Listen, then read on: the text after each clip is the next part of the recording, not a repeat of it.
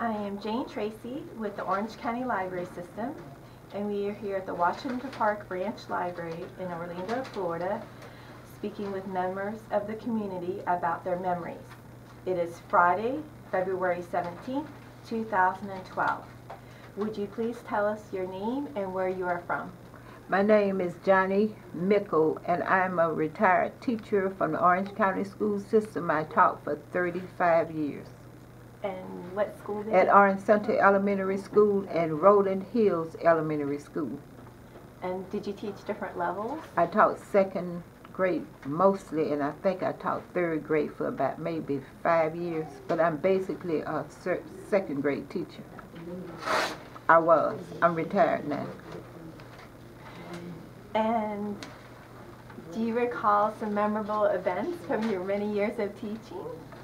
Yes, the most memorable thing is when the school board was ordered to desegregate the schools by court order. Remember the Brown versus School Board of Education decision in 1954.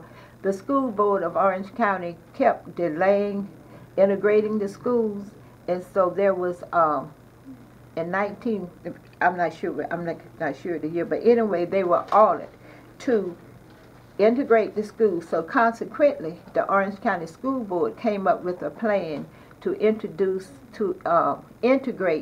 the students, teachers 80%, students 20%.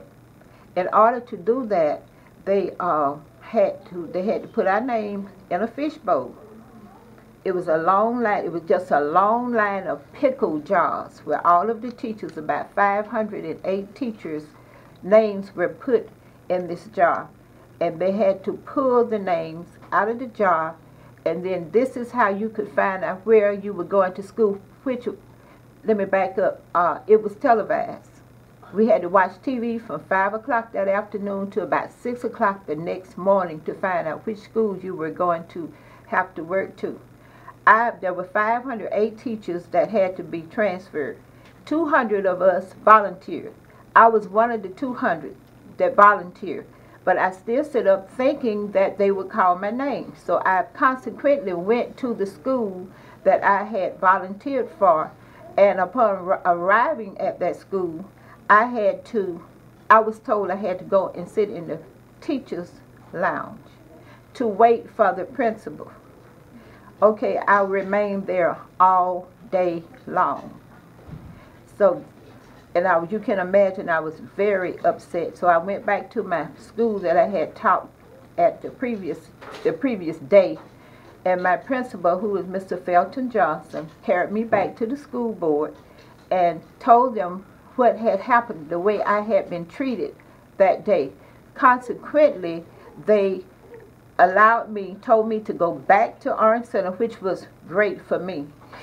So I went back to Orange Center. The next day, the school board was I guess they were very upset, knowing I was upset over the way I had been treated. So they called me the next day from the superintendent's office and asked me, was I satisfied at the school that I was? I told them yes, I was. So I remained at Orange Center for another 28 years before I had to transfer to another school. And the fishbowl was a very traumatic event for all teachers. So you had colleagues that did participate in the fishbowl? In fact, one of them is here with us.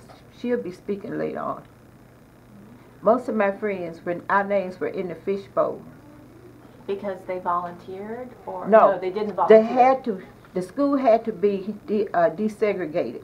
The school system, Orange County was forced to desegregate the schools.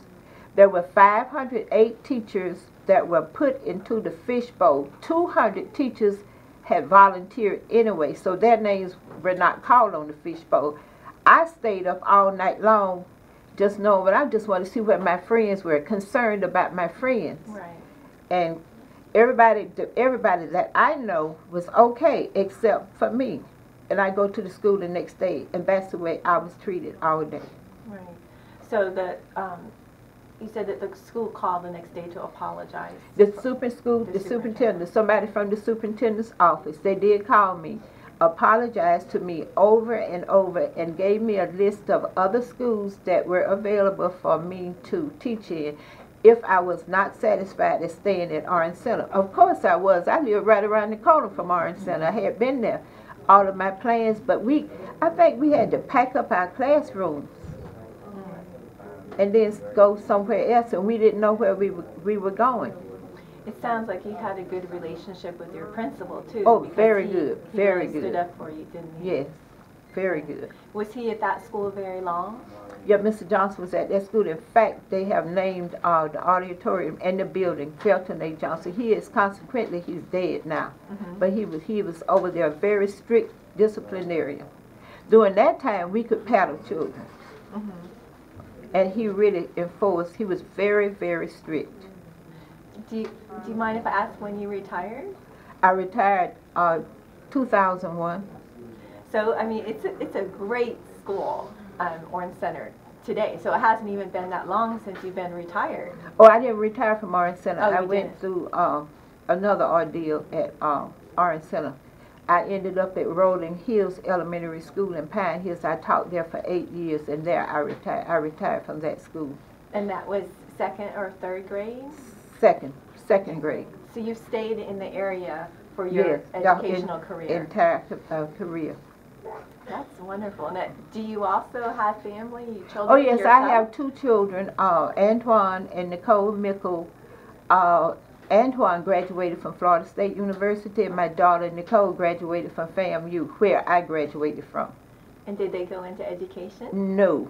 They always said never would they be a teacher. It's a lot of work, isn't it? Yes, my daughter's major was economics with a minor in business, and my son was pre-law. So both of them now are self-employed. My daughter's in real estate. Excellent. So they both completed their college? Yes, they completed their college. And now my son lives in Jacksonville. My daughter is still in Orlando. That's wonderful. And I have 1 grandchild. Well, tell us about your grandchild. His name is Trice Walker. He's 5 years old. 5 years old. Yes. And do you read him stories? Do you get to spend time with him? Yeah, I spend a lot of time with him. I help him with his homework, but reading stories, not too often. He doesn't sit down long enough to read a story, for me to read a story. Yeah, he's active. Very active. It's wonderful. And you know, grandparents let their children do what they want to do. Of course, that's the way it's supposed to be. Yes.